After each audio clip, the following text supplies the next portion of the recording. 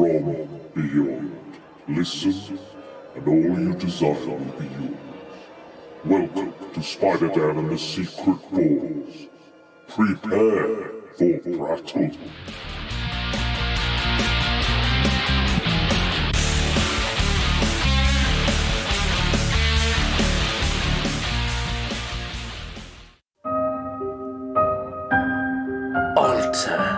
Nativity Stories.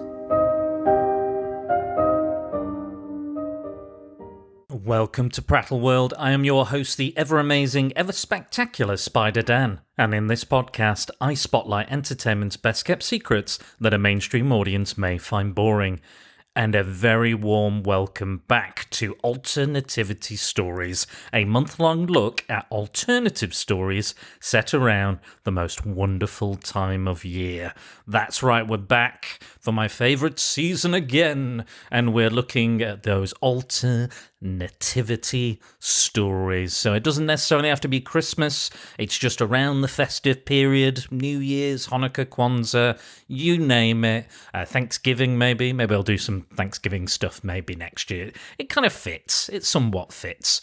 So yes, we are back, but today we are talking about Christmas, and we're going to be talking about the secret origin of Santa Claus. The story is Klaus, How Santa Claus Began. This was released and published by Boom Studios, written by Grant Morrison, and drawn by Dan Mora. Guys, I'm not going to bury the lead.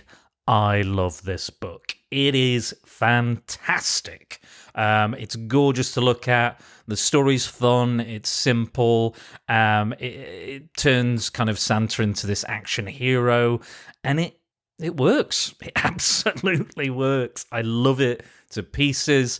I was going to do it last year, and then I decided against it. I can't remember why, but I did something else for whatever reason. I don't know. Who remembers a year ago? Fuck it.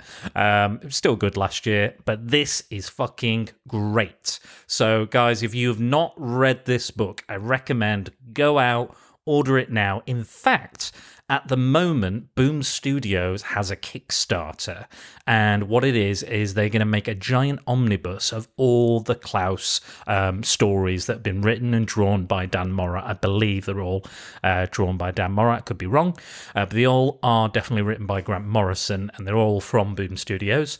So if you want a big, solid collection of everything Klaus, go and start to fund that Kickstarter. They're doing a Dark Crystal one as well, and some other stuff.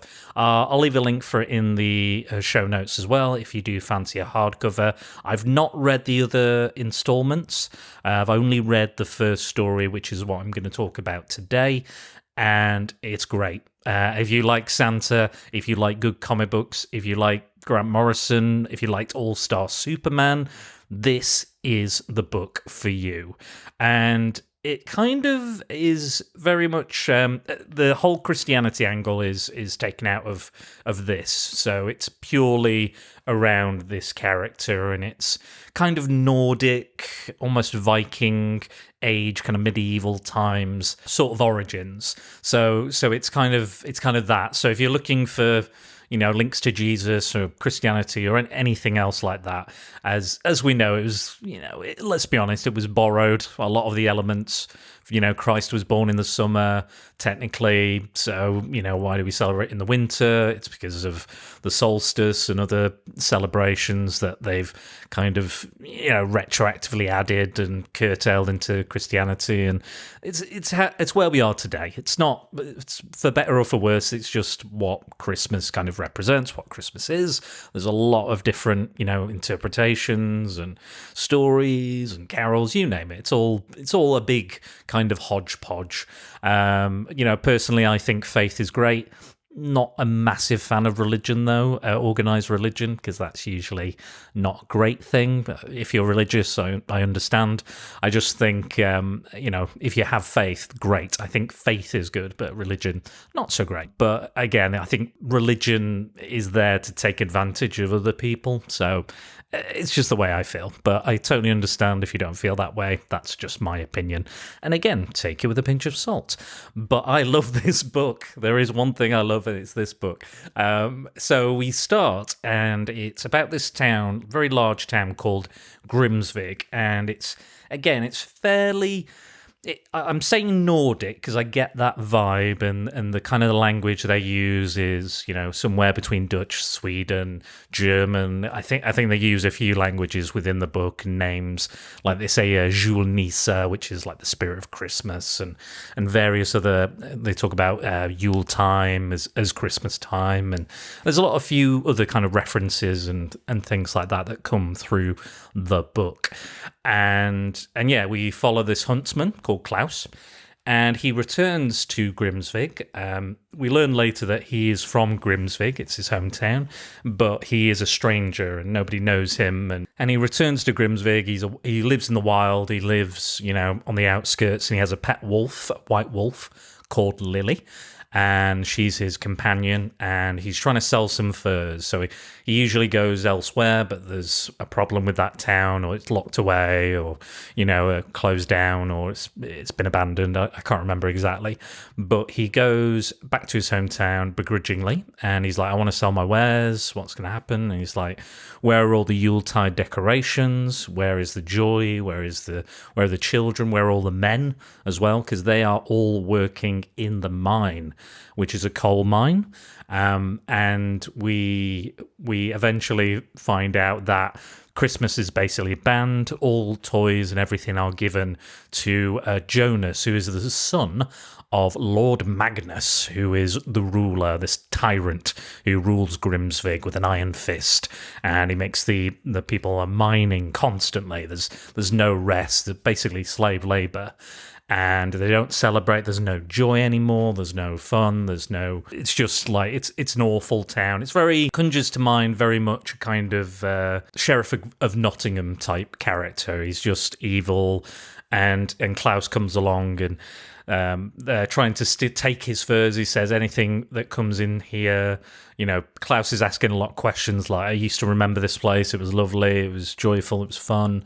What has happened? Where has this dark cloud come from to come over this town and destroy all the joy here?" And the bartender he meets, he's like, "You should really shut the fuck up, because if Lord Magnus hears anything that you're saying, he's going to come down on you hard." And lo and behold, he goes outside, and the guards of Grimsvig, who wear red and white to represent the blood, the snow of the area and the blood of the people, who, later in the story, Klaus will take on those colours and become the Santa we know him to be, to a point. It's an original story, but it's, loosely inspired by Santa. And he's got a great look. He looks like, I can imagine like a Hugh Jackman type playing him. If they ever did a film, I would love to see that film. I think it would be ace. And I think they could get away with it because it's, again, not very religious. It doesn't go that way. So, they basically... It's a little bit like Rambo as well, because he comes into the town and then everyone just treats him like utter fucking shit. And they push him too far. And they'll give him a war they'll never believe. He's beaten, he's thrown out, and he escapes. And he's saved by his wife, White Wolf Lily, who the guards are actually following and plan to kill him. But she saves him, and he goes back and he plays this musical instrument. It's a flute, I believe, and he plays for the spirits of the forest. They bless him with certain gifts and stuff. So the first thing he does is he wakes up and he's like, "Oh, my hands are sore. What's going on?" Again, I'm going to spoil the story, guys. Go away and read it. I highly recommend reading it. I give it, 5 out of 5. Solid. Great, good storytelling. And I'm not a big Grant Morrison fan either, because I tend to like his more grounded or simpler stories, because I think sometimes his work gets a bit heady and a bit like, "Ooh, look how clever I'm being," and multiverse upon multiverse upon multiverse. And yeah, sometimes I feel like he's being weird for the sake of it, or he's being unusual, or he's like, "Oh, I'm going to drop acid and write a comic, fun." But don't get me wrong, I still really love this book, and I love his writing in this book. I think it's one of his best. But yeah, he's a very hit and miss for me. He's a bit like Tim Burton, who we will talk about a little later this month. So we find that Klaus has woken up and he has sore hands because during the night, unbeknownst to him, he has made hundreds of children's toys, hundreds, and he feels obligated now to bring joy back to the children and the families of Grimsvig. And he sneaks in like a thief in the night to deliver these gifts. So he leaves them at the doorstep of these children, of these houses, and they wake up and they're like, oh my gosh, look at this, I've got this, Dad. And people are completely shocked. And Lord Magnus and Lady Dagmar, who's his wife, and her child Jonas, who is a rotten, spoilt brat. It's like the worst version of kids you could see. The one who is definitely on the naughty list. Let's put it that way, and I'll come back to that later on as well. And he's given all the toys because Lord Magnus is like, nobody can have these toys. They're not.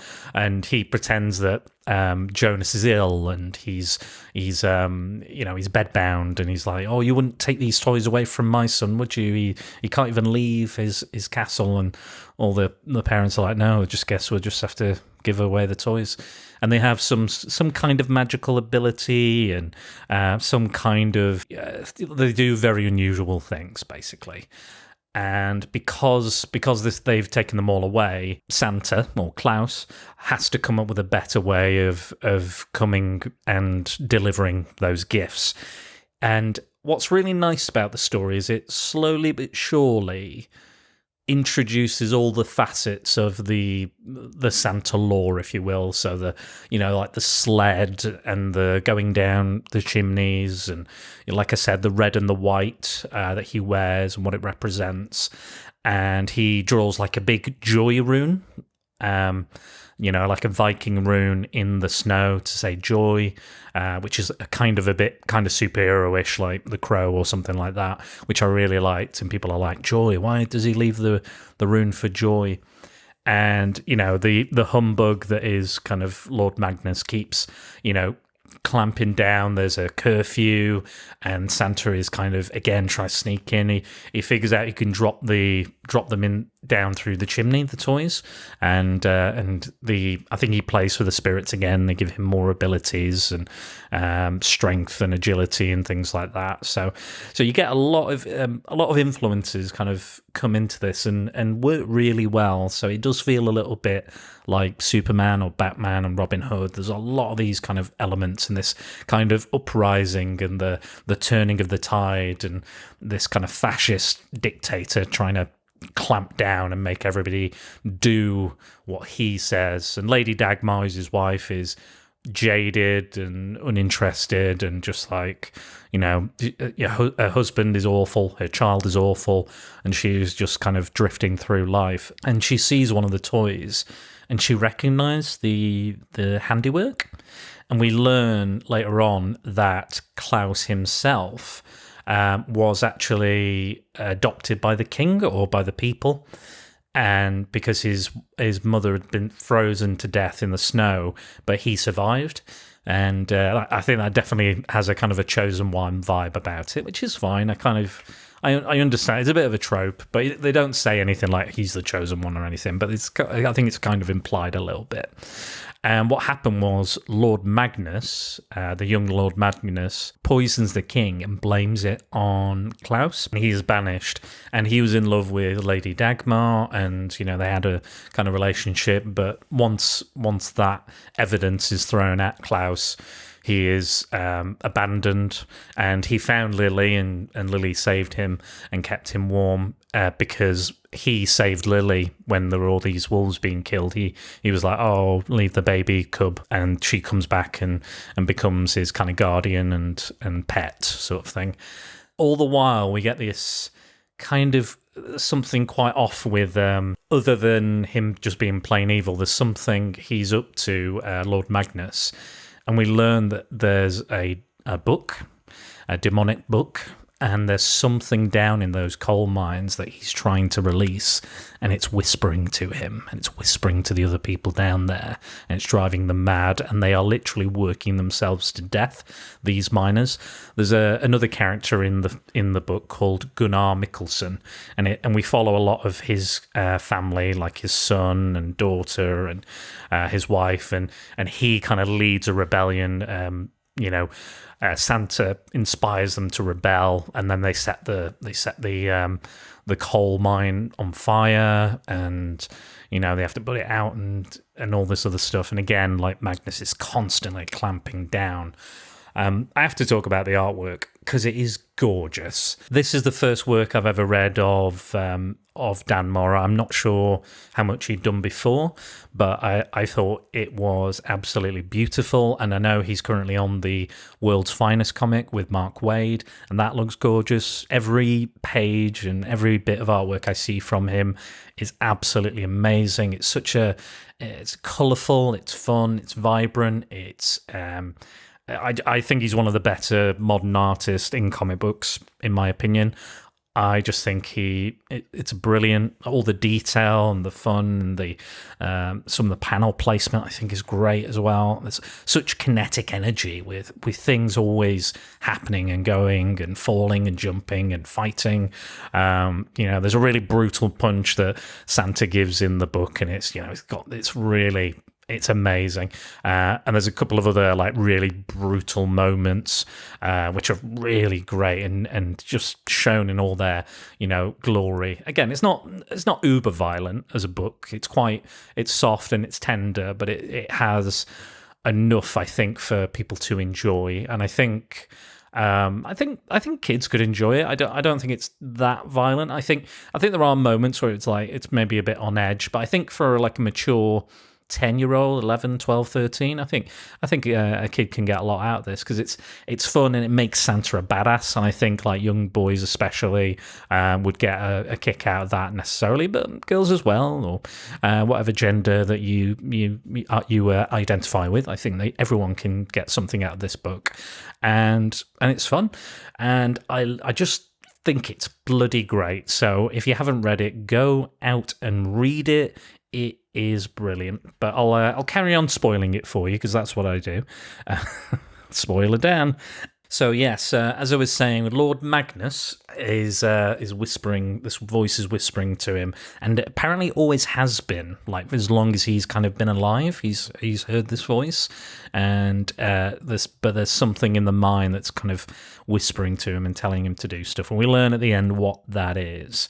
But we have a lot of kind of adventures, and eventually they lay a trap for Santa, or for Klaus, who it's written by his son Jonas, and before that, we learn that Lady Dagmar learns who Klaus is, and they describe him as this kind of wolf or winter spirit, and people are either frightened or amazed or they're hopeful because it's this thing, and it's almost like he's an urban legend as well, which I like, and people are like, I don't believe it, or I do, and what is it? But I saw this, and I believe this, and there's all these kind of whispers and things, and that's what he wants. He's like Batman. He's a symbol of what the people of Grimsvig need, and he embodies that. And even though people are like, oh, he's just a man and he'll be broken, he's this and he's not that,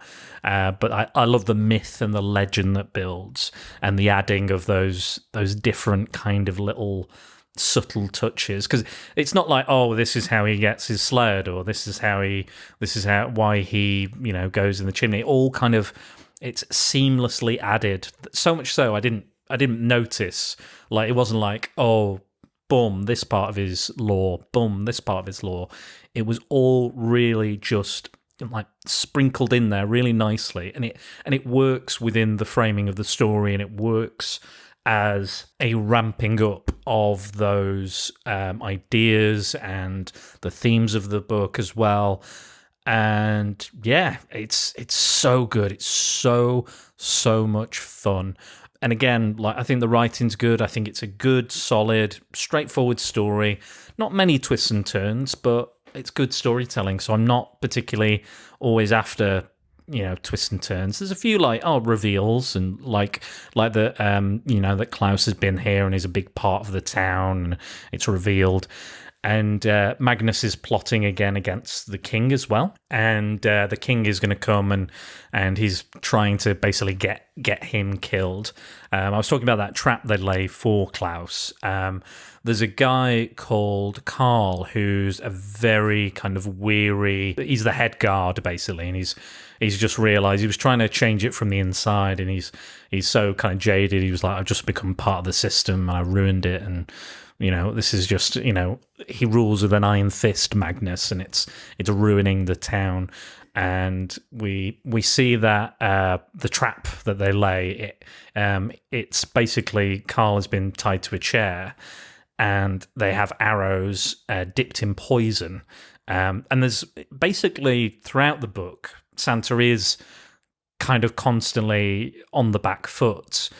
He is sleek like a ninja. He's jumping from rooftop to rooftop, and he's delivering those gifts and making sure they all get where they need to be. But he's constantly he creates a snowman, for example, out of this guy, which again is like another little thing that kind of adds to the lore of the winter time, of Christmas and Yuletide, whatever you want to call it. And it's great. It's got a charming sense of humor as well at moments, but it is a real kind of action adventure kind of story, and set in these kind of medieval times. I think if you're an Assassin's Creed fan, you'll probably dig it, actually, because he does wear a hood, and he's jumping across, a lot of parkour going on.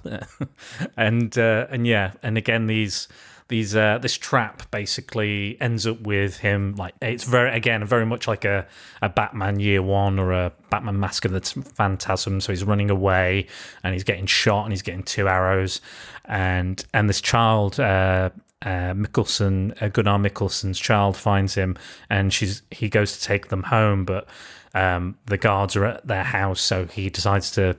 Santa says go, and Klaus says go and take me home, take me into the forest, into the dark.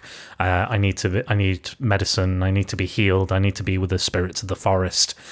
And at that point, the spirits of the forest kind of come out, but they realize that the spirits of the forest are much different, much larger.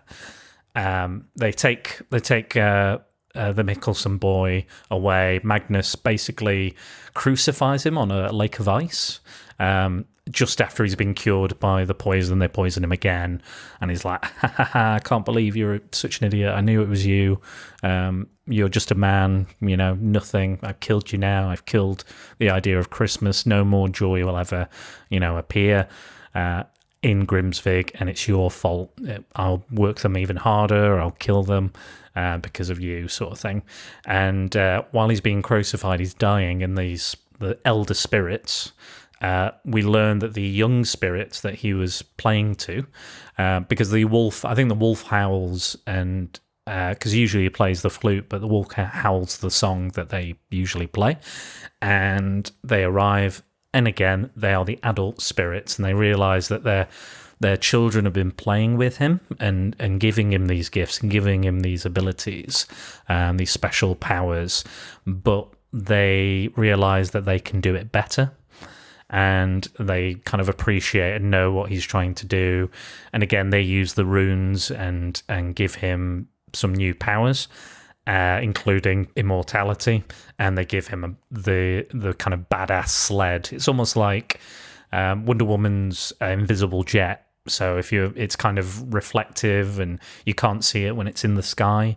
But this time it's not reindeers, it's white wolves that are carrying the sleigh. So it's like, that's the exclamation point on the badass Santa that you wanted. And the reveal of the voice that is in the coal mine turns out to be Krampus himself.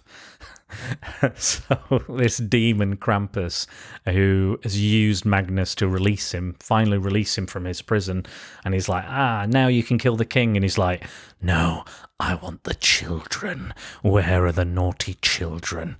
And he's like, no, you got to kill the king. He's like, I'm not doing anything for you. I used you to get free.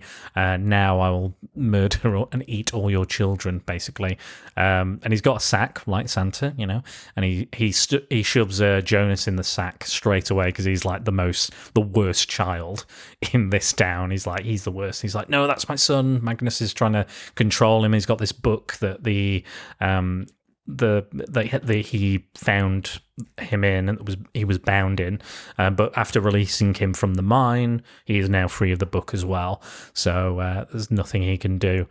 And people keep trying. Lady Dagmar kind of slowly but surely throughout the story, she learns that how evil Magnus is, and he's losing his mind. And he's like, I'm doing all this for you, and he's slowly just going insane. And the closer we get to Krampus being released, he's literally just losing it. And he goes to use that book, but then lo and behold, just in time, Santa arrives in his big badass sleigh, with a big sword, and he comes and chops off Krampus's arm, and then Magnus stabs Santa, and you're like, what the fuck are you doing? Stabs him directly in the back, in the chest, and he's like, no, and he was like, I've saved you now, Krampus, now you must do what I say.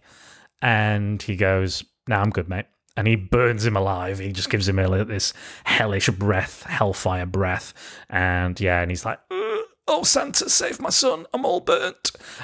So that's his end.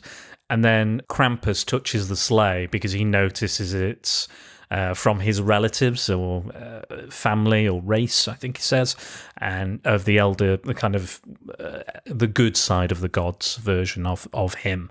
And he touches it, and then he's like, now it's mine, and all the dogs turn demonic, and it's black and red. But luckily, Santa's back, because Lady Dagmar tries attacking him, and a few of the other people like Gunnar Mikkelsen, who frees the children who had been taken to the castle primarily to be eaten, because they are fattening those kids up, which is pretty messed up. and they all struggle. They can't defeat him, and then Santa jumps on and he's fighting, and he's like, no, I'm going to kill all the bad children, I'm going to eat all the bad children. And Santa goes, there are no bad children, and then he cuts his fucking head off. Amazing. And this is in the upper atmosphere, because they fly up to the upper atmosphere. Cuts his head off. Krampus becomes like a meteorite, crashes back down in Grimsvig, and Santa rides down triumphantly. And what a story! What a story! It's so much fun. Only 7 issues, so it's a good. I think it's a good amount of issues. It doesn't feel abrupt. Everything feels earned, and it's enjoyable. It's fun. You can take your time with it. You can blitz through it. It's an absolute blast, and it's fun, and it's really sweet, and it's nice as well. It's action packed. It has the whole spirit of Christmas. I know this is an alternative kind of Christmas season for the podcast, but it's lovely. It's really charming, and I just think it's beautiful. It's fun. It has everything you would want in a kind of a badass Santa tale. I've read a few of these kind of comics where it's like, oh, badass Santa, and I'm sure I'll be doing some more in the future, but I think this book is great. And then the ending is that he lives out the rest of his life in Grimsvig. Not all of his life, but all of Lady Dagmar's life, and kind of adopts Jonas as his own son. But when she dies, he decides to go off and have various other adventures and be the Santa we all know him to be, basically. So, and I think that obviously will lead on to those other books that I have not read. If you want me to read them, let me know, and I'll do the next one next year. I think there's 3 volumes, I want to say, including this one. So yeah, go check it out, guys. If you've had fun, if it sounds like a book for you, if you've not read it, go give it a try. Again, I've not mentioned everything, because how can I? But there's a lot to be enjoyed there. There's a lot of fun, and yeah, absolutely impeccable story. Go out and try it. I know they're all available on Comixology. Again, I can send a link over as well. I can leave that in the show notes as well. If you want to fund that Kickstarter, if you want a big collection, I'm very, very tempted. I think I might do that because I've loved this story, and if the others are even half as good as this, I'm in. I am absolutely in. So that's it. That is Klaus, How Santa Claus Began, is the title. But yeah, that's it. So that's the first installment of Alternativity Stories this year. So next up will be Batman Returns with Tonya and Angry Andy. Can't wait for that. And as you know, you can find me on Facebook at Secret Boars. You can find me on Twitter and Mastodon now, and that's at Dan_Boars. Instagram, it's SpiderDan Secret Boars. Review, like, share, comment, subscribe, etc. And don't forget to use the hashtag #PrepareForPrattle when you interact with us. If you want to join the Prattalion and to be briefed in full on the Secret Boars, swing over to Prattle World at SpiderDan&theSecretBoars.com. So I'd like to thank my patrons as well, amazing people that they are. I am Jax Musing, Simon Cotton, Paul Meller, Max Byrne, Scott Hodgson, Mike Burton, Angry Andy, Tonya Todd, and Tony Farina for their continuing donations. It is very much appreciated and helps Prattle World keep on turning. And if you ever find yourself in a position to help the podcast, please consider it. Guys, I hope you're having a wonderful festive period. Happy holidays. Again, loads of podcasts coming up. I always enjoy this season because it's just my favourite. I just love it. We've got amazing stuff. We've got Jaws. We've got Young Sherlock Holmes. We've got all sorts of great content coming your way. And I'll leave you there. That is my Holly Jolly podcast for this week over. Thanks again, guys. You keep on being brilliant. Bye.